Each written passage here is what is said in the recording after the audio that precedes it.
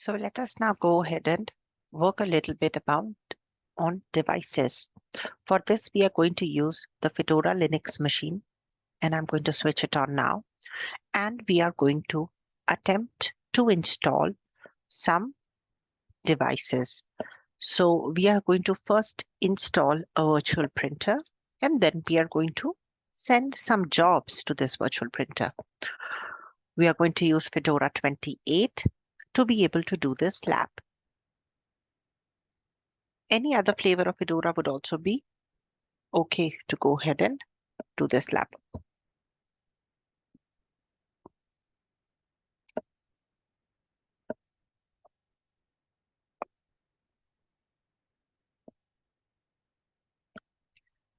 We will log in into the TTY terminal as the root.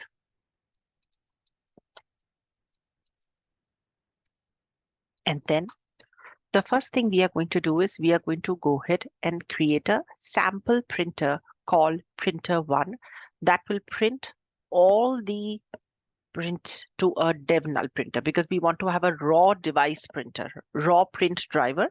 That's what we want. We don't really have a printer, so a virtual printer is going to be installed, and all the print commands that we have related to this will go into the dev null folder. So for this, we are going to use a command called lp-admin. All right, and lp-admin and related usage is given over here. For this particular lab, first we will use lp-admin -p printer1. We will use the option -capital E so that we can redirect this to the dev null, which is like a black hole, because we don't want anything to be really printed anywhere. And the format would be raw. When we do this, a new printer called printer number 1 will be available to us. In fact, we can go ahead and we can see what are the different types of options using the lp options command. The lp options for printer 1 will provide me the details of the different types of options which are available. All right, and -d has now made this printer the default printer for me.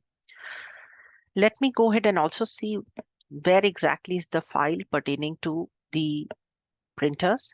For this, we will go to the etc cups directory, and within this we will go to printers.conf file, and over there you can see that the different types of options which are available for printers are available to you too, as well as the details of printer number 1, along with where exactly the print is going, and the very fact that it is the default printer.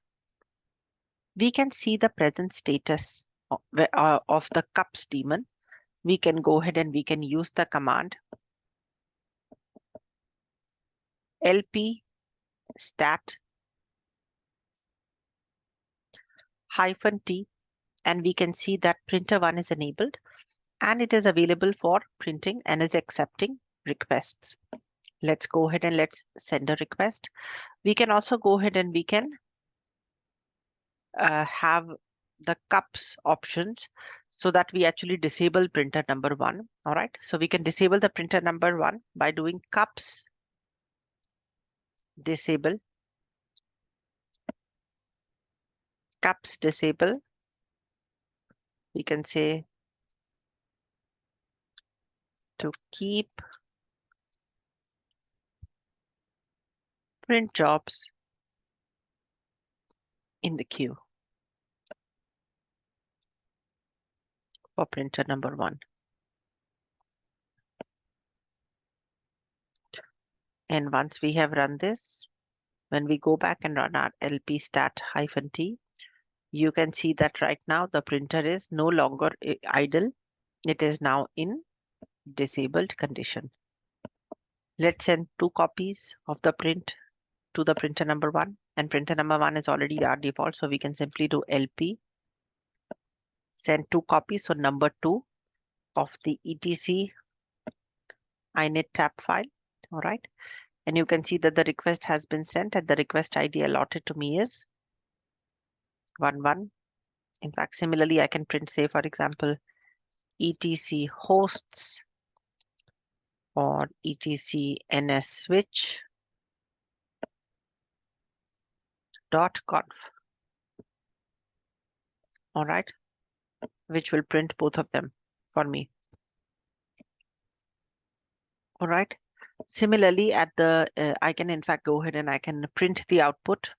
So say, for example, I want to print the output of the mount command. I can just do mount with the pipe sign. And as you can see, I have 3 separate requests. Okay, I can now do lp stat to see the details, and you can see 3 print requests are available over here. All the jobs are available and they are in the queue because I disable the printer. Because I disable the printer, all the jobs are now available over here for me, and I am able to view them. Next, let us see what is there in my spool. So I can go to var spool and cups. And when I do var spool and cups, you are able to notice that I have the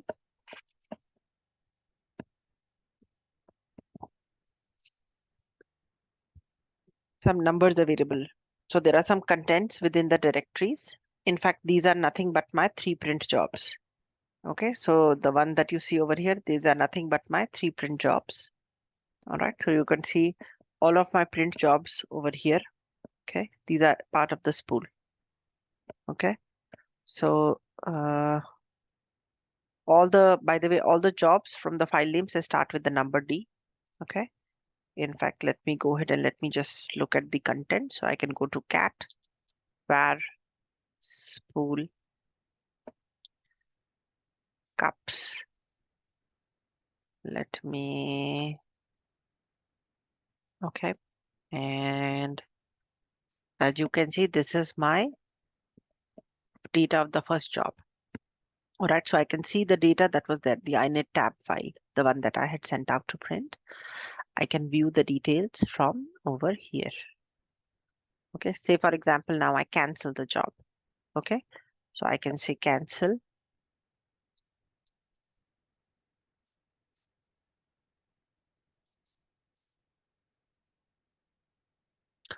printer 1. Okay, and when I do that, as you can see, this will remove the first job from the queue. In fact, I can do lp stat printer 1, and you can see now only 2 jobs are left. Are you able to see that? Now only 2 jobs are left. Okay. In fact, I can also see LPC status to view the status of the cups which is running using the LPC command. I can also do LPQ to look at the queue of the tasks which are there. Okay. I can also I can see the remaining 2 jobs with the details and the order in which they are supposed to be printed. I can do LPR.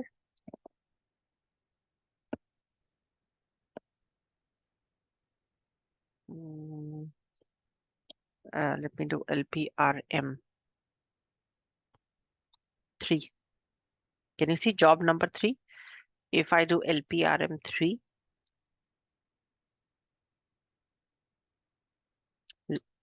only 1 job is available to me now. Okay, I can do LPRM3 and then only 1 job is available to me now. Okay, now just like we have gone ahead and used this, I'm going to go to the TTY1 terminal. I'm going to log in over here.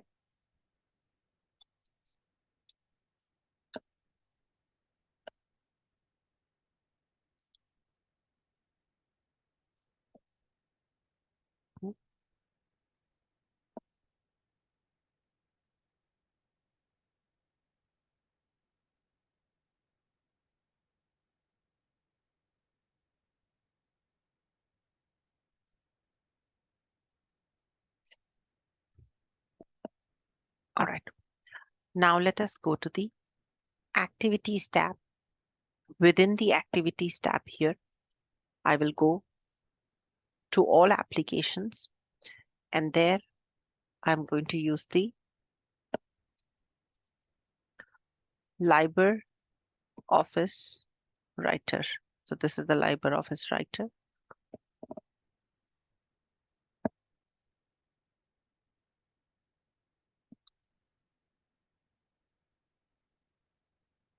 There,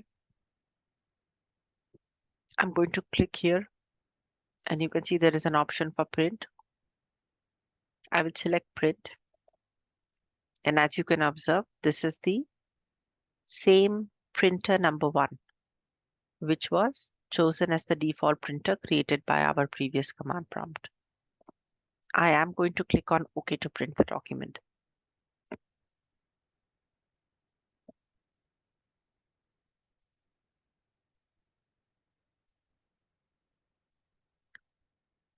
I'm going to go back to my activities, show applications, and here I will go to the settings.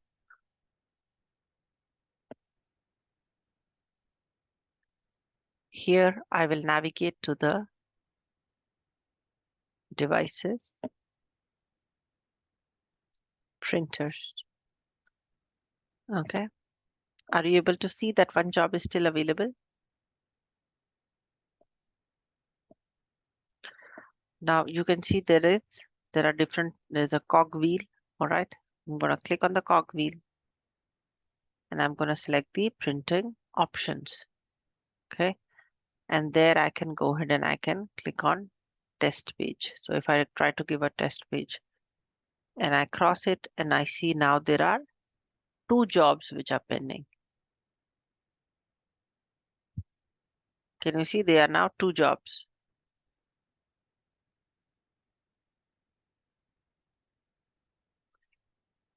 Now I'm going to go back to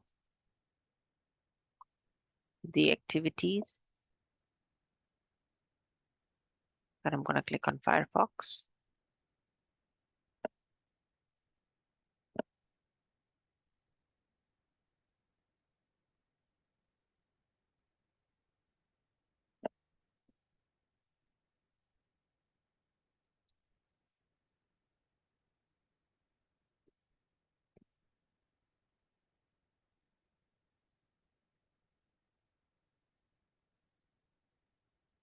All right.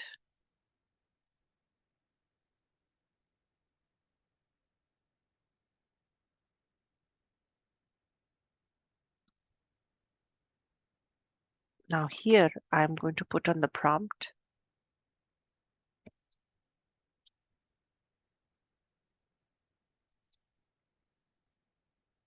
localhost 631.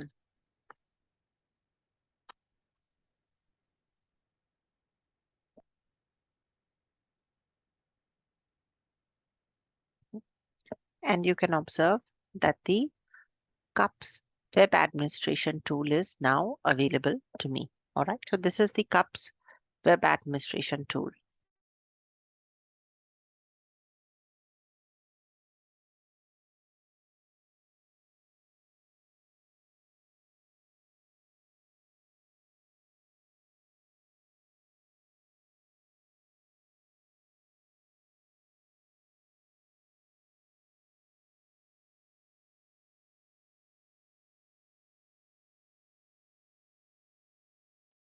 Now for this tool, we will first go into the administration.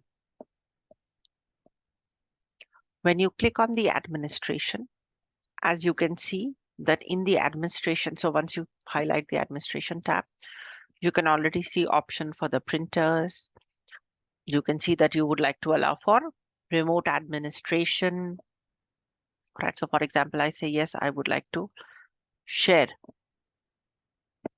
all right, the printer to the system. I would like to allow remote administration. All right. I can in fact change these settings to activate the changes. And I can just put in my details.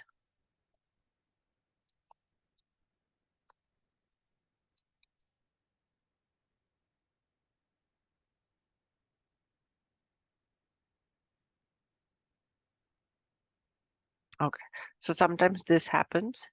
All right, what I'll do is I will go into the activities, go to terminal.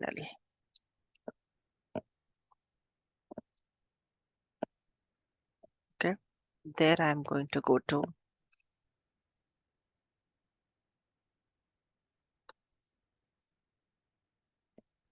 and I will systemctl restart cups. And this will restart the cups command. So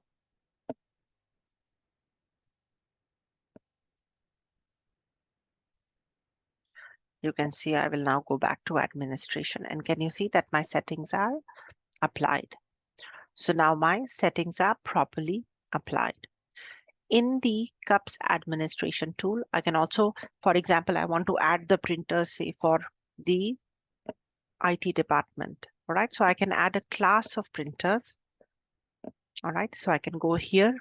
I can say add a class, put in my department name. Say, for example, I can say a sample class right now.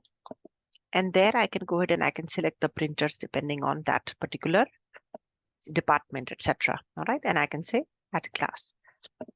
Right, in fact, I can then go to the printers tab and you can see that the details of my printer are showing over here. Okay, so my details of my printers are showing over here. I can select my printer number 1. You can see there is a maintenance tab. Okay, these are all the different types of options I can go ahead and I can perform. All right, and you can see these are the jobs. Can you see these are the jobs that I can perform right on the printer? So these are all the jobs that I had previously provided on the printer. Okay, all of them are right now here. Whatever actions I have taken, I can go back to my TTY terminal 1. There again, I can do LP stat -T.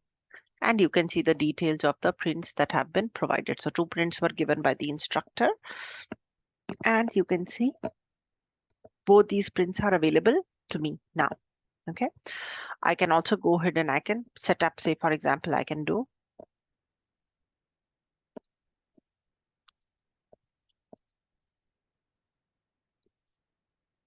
etc hosts, and I can print a copy of the etc host to the sample class printer.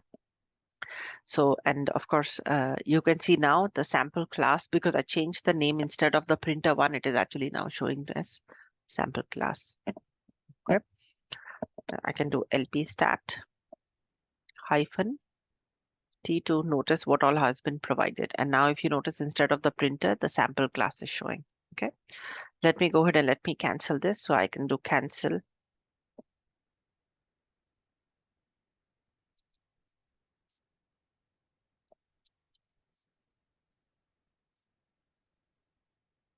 All right. And let me do LP stat. Okay. And now the printer is idle. All right. So now the printer is idle. Okay. Let's actually also look at how these log entries. So since I'm working on this, there are certain log entries that are being generated when I'm working on this. Let us see what type of log entries are being generated. So for this, once again, I'm going to clear my screen. Gonna do home, PWD, sorry. Here first, let me go ahead and let me look at the type of logs which are there. So let me do ls-l devlog. And here you can see that this file starts with an L. L stands for a symbolic link. This devlog file is associated and has a symbolic link to the file run systemd journal devlog on the Fedora Linux machine. Let me go ahead and let me look at this file now.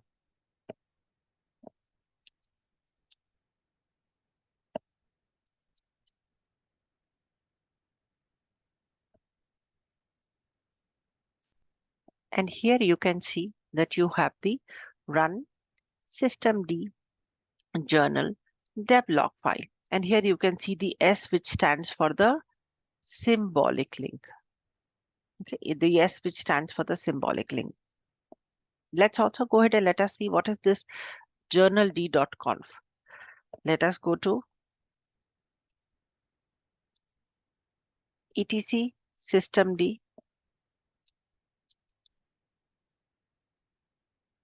journald.conf, and the journald.conf contains the configuration of the system daemon journal daemon. All right. In fact, if I want to set the maximum size of the journal database, for example, I want to set the maximum size, I can uncomment one of these and I can fix a size for myself. All right, so I can also compress the journal if I wanted to. So there are different types of options I can select to be able to view the details of the journal. Further, I can go ahead and I can use commands such as journal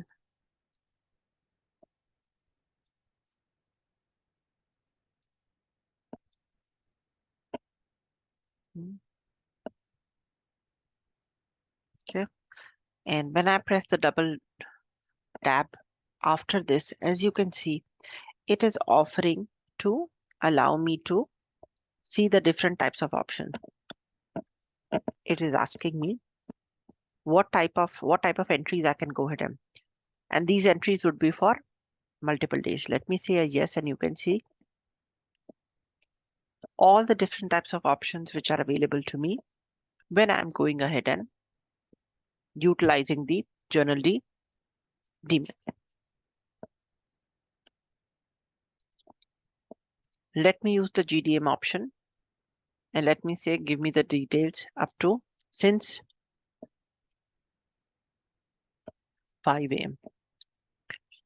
And if you notice that the log entries for today have begun, it ended on 7th.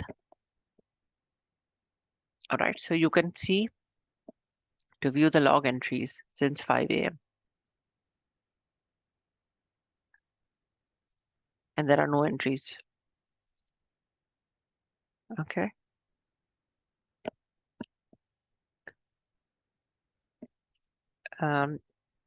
Let's further try to see what we can do. So let me do journal CTL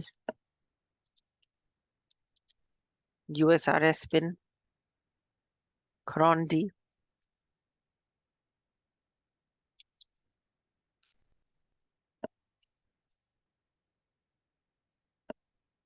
since 5 a.m. And there you can go ahead and you can view all these details since 5 a.m.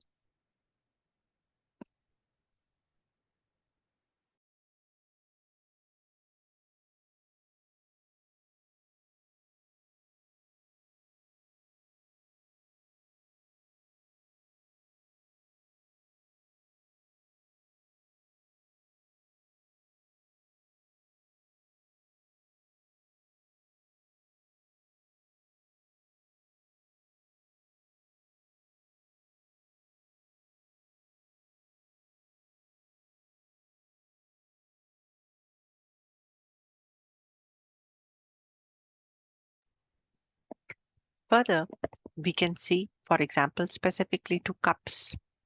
So we can use val log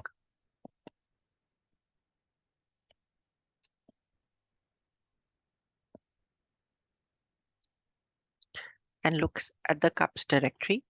And there you can see we have the access log, error log, and the page log for our cups directory and the available information thereof. Further, we can go and we can view the log rotate command.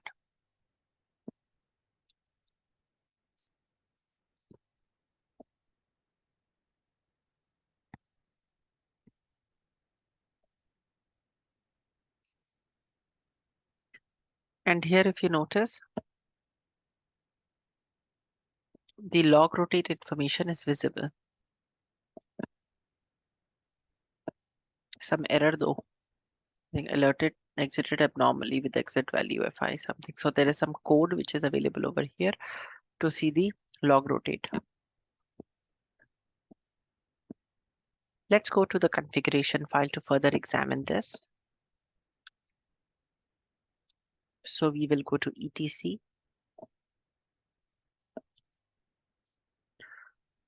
log rotate.d, and there we can go ahead and we can see all the information on the log rotate and the different types of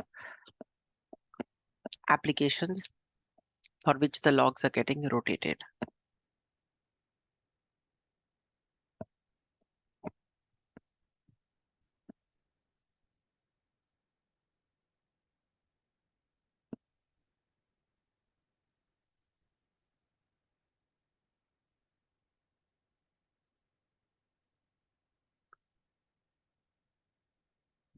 Then further, let us look at the cups related logs. And there you can see that the etc cups log information. Let's actually go ahead and open it using cat. You can see the details of the logs that is being generated for the cups. And the logs are getting generated in the var log cups and the wildcard character underscore log. Okay. And you can see if it is not empty, then only the logs are rotated. If it is empty, then no logs will be rotated for this. All right.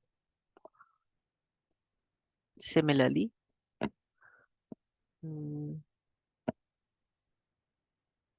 let us go ahead and also see a little bit more on, let me just see what we can do.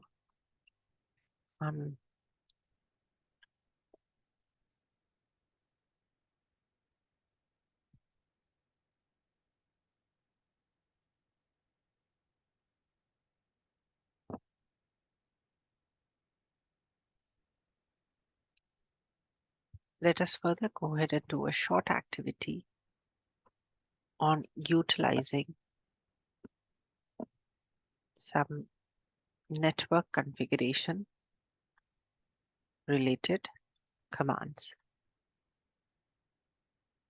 So I'm going to do for troubleshooting for networks, nmcli connection show to view the details of your connection, ifconfig to go ahead and look at the information of the IP address. This information actually comes from this particular, I'm going to go to etc sysconfig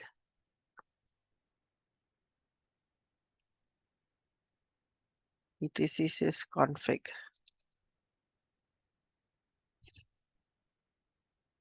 network scripts and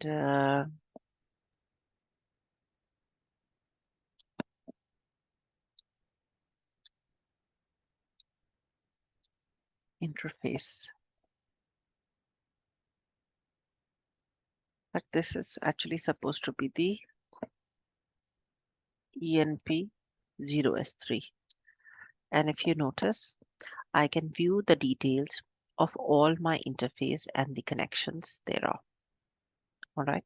So I can view the details of all my interfaces with the connections thereof. Okay. Further, I can go ahead and I can just give me a minute.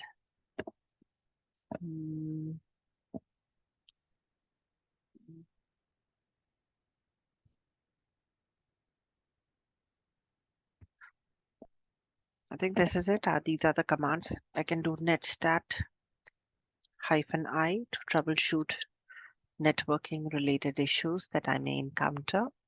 So I will be using them. Okay. I need to be able to do host name to view the details of my host name. In fact, I should be able to see the cat etc resolve. In fact, cat etc resolve.conf file to be able to see the details of my configurations. In fact, I can also go ahead and I can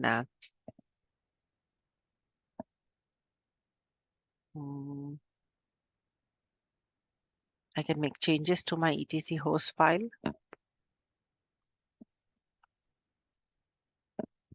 I can say nano etc hosts. Let me put an IP.